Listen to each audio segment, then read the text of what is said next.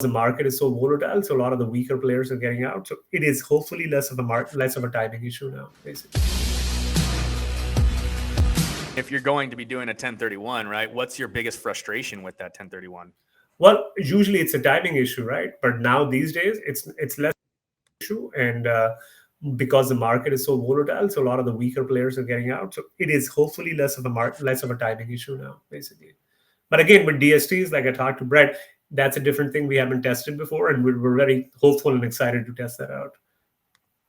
Yeah, absolutely, and that's a phenomenal strategy for those of you who don't know, what a DST is. It's called a Deferred Sales Trust, and basically what it allows people to do is it allows people to sell a highly appreciated asset, not just commercial real estate, but a primary home or stock or Bitcoin or business or what am I missing? Primary homes, anything that's highly appreciated, piece of art, and go ahead and defer the asset into and transfer that into like kind agnostic assets. So you can go from real estate to stocks or business or crypto or whatever it is, and just maintain you don't have to maintain that like kind type of thing on what's most important, in my opinion, is your timing.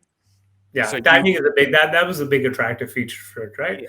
More than anything else, it was a timing factor. And again, you learn, you figure out some deals are very good for a DST, some deals are not, and some deals, a lot of times there's actually a study I think done by one of the big four accounting firms that a lot of guys that actually do 1031s, it's actually worse for investors.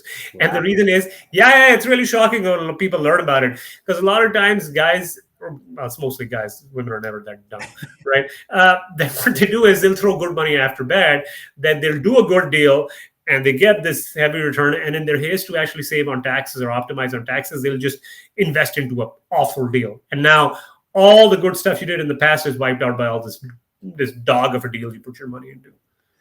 Yeah, and we like to call that, don't let the tax tail wag the investment dog. Yeah. I mean, but hey, lots of guys do it.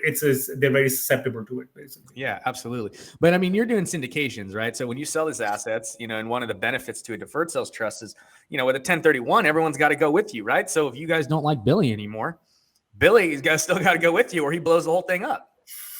No, I mean, you can do partial. You can buy people out as well, basically. So yeah, so you can buy people out, right? But if you have to buy them out, are you guys having to come out of pocket for capital? To be honest with you, again, touch wood, don't want these to be famous last words.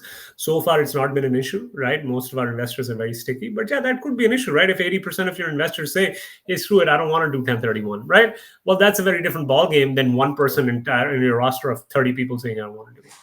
Yeah, right? Absolutely. And so a lot of times it depends on the people who you're with, all of that sort of stuff.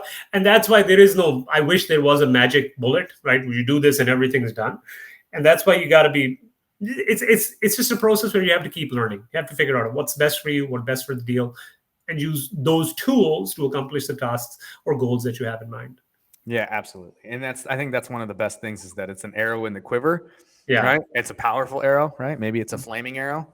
Yeah. But it's definitely a tool in the toolbox to use, and it works well in conjunction with other, with other tax strategies, And so I was talking to a guest the other day on the podcast, and we were talking about how to use opportunity zones with energy and drilling for oil to defer a bunch of capital gains tax, and it was brilliant. I was like, that's super awesome. Like, how you can do that, right? There's abundance of oil reserves out there that you can basically go into the opportunity zone. You get more time, they're more abundant, and there's a bunch of tax benefits for. And I think there's some depreciation benefits also. Like you can, I think 100% of some oil and gas leases. I might be confusing these things, but in oil and gas, you have very accelerated depreciation over just conventional real estate as well. Yeah, it's a great rule, and it goes hand in hand with opportunity zones and deferred sales trusts and all this stuff. So my point to all of that is that it goes back to what we were kind of talking about earlier, right? The tax flow versus cash flow, and just your ability to to maximize to maximize the benefits and the loopholes that they my provide. point at the end of the day is to maximize how much money you get to keep and not have it leak out. As long as you maximize that, it doesn't really matter what you call it. You can call it whatever you want to call it, as long as you have all of your money or as much of it as possible in your pocket. Now, look, if you want to choose and donate to the homeless, go for it. If you want to write the government a check, go for it. Don't let me get in the way. But you should have the ability to do it, not somebody else.